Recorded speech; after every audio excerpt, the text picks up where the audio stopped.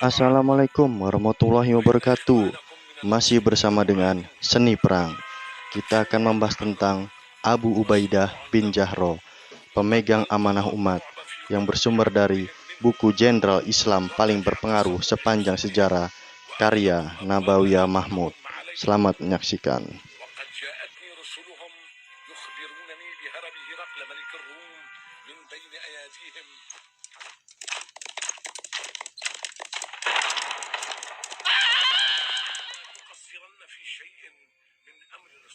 Nama aslinya adalah Amir bin Abdullah bin Jahro bin Hilal. Akan tetapi, dia lebih dikenal dengan julukan dan nasab pada kakeknya. Maka, orang-orang pun memanggilnya Abu Ubaidah bin Jahro. Abu Ubaidah termasuk salah satu dari 10 orang yang dijamin masuk surga. Dia termasuk dalam golongan orang-orang yang mula-mula masuk Islam. Dia ikut perang Badar dan perang Uhud.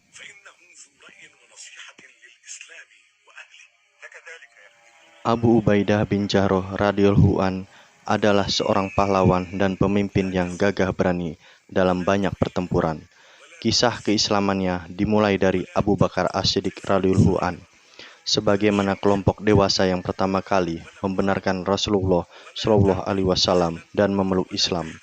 Bukan hanya itu, bahkan Abu Bakar radhiyallahu anhu juga menjadi dai pertama dari agama yang dibawa oleh Nabi Muhammad Shallallahu alaihi wasallam.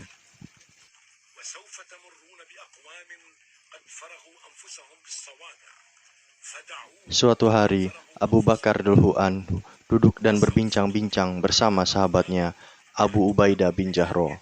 Memang, sejak masuk Islam, Abu Bakar selalu membicarakan tentang Islam dalam setiap kesempatan.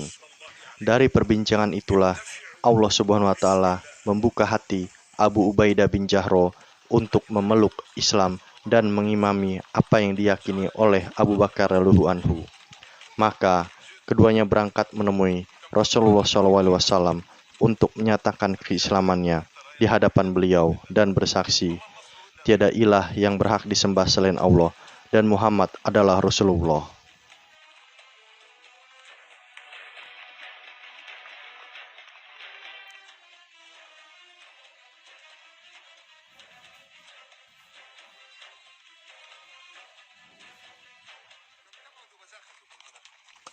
Dalam perang Badar, Abu Ubaidah bin Jarrah radhiyallahu anhu berada di pihak kaum muslimin, sementara ayahnya Abdullah bin Jahro berada di barisan kaum musyrikin.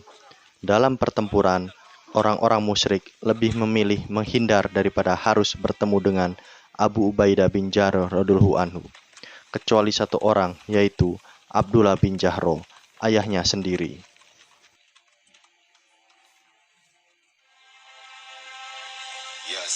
Maka, ayah dan anak itu pun terlibat dalam duel yang sengit, dan Abu Ubaidah akhirnya menewaskan ayahnya.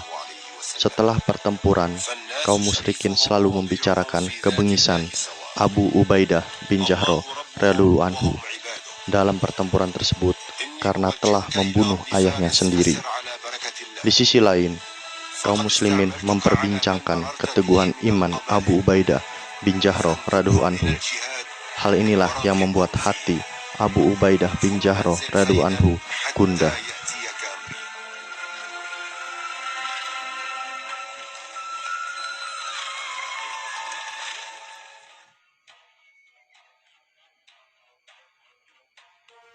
Namun, hati Abu Ubaidah bin Jahro radhiyallahu anhu merasa tenang ketika wahyu langit turun, yaitu firman Allah, "Kamu tidak akan mendapati sesuatu kaum yang beriman kepada Allah dan hari akhirat, saling berkasih sayang dengan orang-orang yang menentang Allah dan Rasul-Nya, sekalipun orang-orang itu bapak-bapak, atau anak-anak, atau saudara-saudara, ataupun keluarga mereka."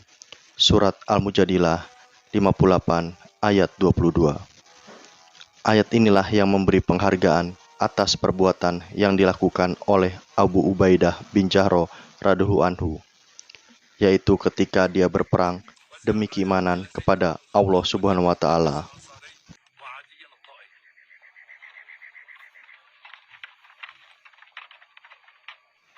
Pada pertemuan kedua antara pasukan muslimin dengan musyrikin di Bukit Uhud, terjadilah apa yang terjadi.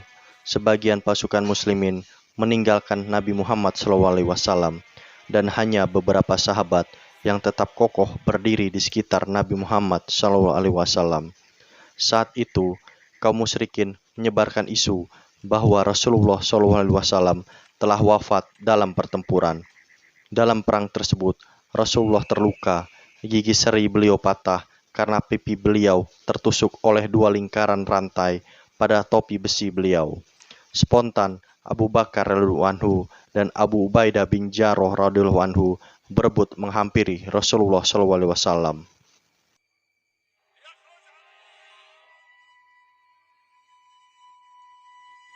Abu Ubaidah bin Jarrah radhiyallahu anhu tidak pernah ketinggalan dalam peperangan melawan kaum musyrikin, sehingga dia mendapatkan kepercayaan Nabi Muhammad SAW.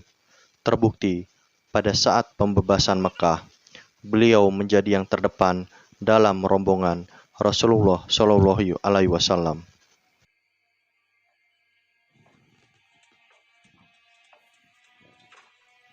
Pada masa pemerintahan Abu Bakar radhiyallahu anhu, Abu Ubaidah bin Jarrah radhiyallahu anhu diangkat menjadi pengawas Baitul Mal atau perbendaharaan kaum muslimin. Lalu, dia ditunjuk untuk menjadi pemimpin pasukan yang menumpas kaum murtad dalam perang Riddah. Setelah itu, dia ditunjuk lagi sebagai salah satu pimpinan pasukan dalam pembebasan Syam.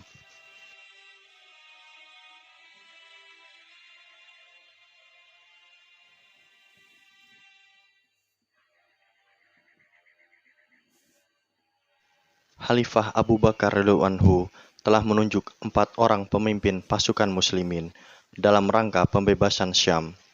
Abu Ubaidah bin Jarrah radhiyallahu anhu adalah salah seorang di antara mereka.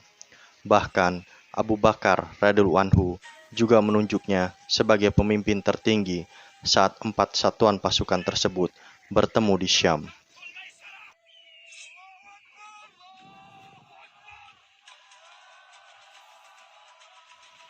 Dalam misi pembebasan ini, Abu Ubaidah bin Jarrah radhiyallahu anhu benar-benar menunjukkan kegagahannya dalam menembus benteng-benteng Romawi dan berhasil meraih kemenangan yang gemilang bagi Islam dan kaum muslimin, meskipun dia kurang berpengalaman dalam menerapkan strategi militer.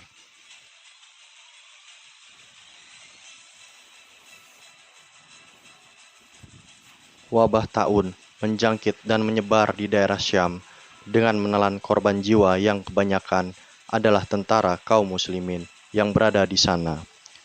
Abu Ubaidah bin Jarrah radhiyallahu anhu juga terjangkit wabah ini.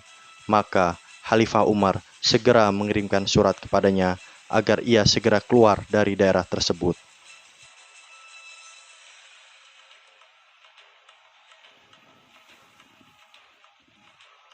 Akan tetapi, Abu Ubaidah bin Jarrah radhiyallahu anhu menolaknya. Dia tetap bertahan di negeri Syam demi mematuhi sabda Rasulullah SAW. Apabila wabah taun menjangkit di suatu negeri, maka janganlah kalian memasukinya. Dan apabila ia mewabah di suatu negeri dan kalian berada di negeri itu, maka janganlah keluar darinya.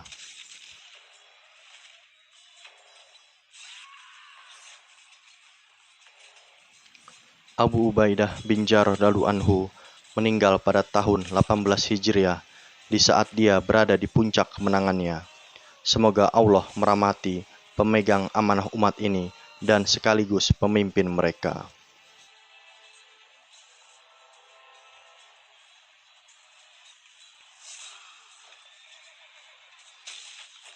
Sekian dari kami, Seni Perang.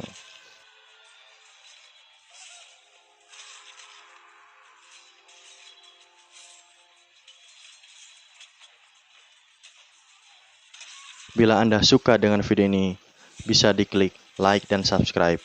Bila Anda rasa video ini bermanfaat, bisa di-share dan komen di kolom komentar. Mohon maaf bila ada kekurangan dan kesalahan. Sampai jumpa di video-video selanjutnya.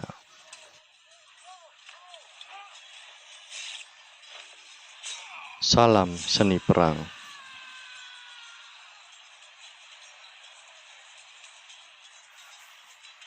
بنوم الكيف فيهم يا خاخا. أنا في الميسرة لا يا خالد، أنا في الميسرة.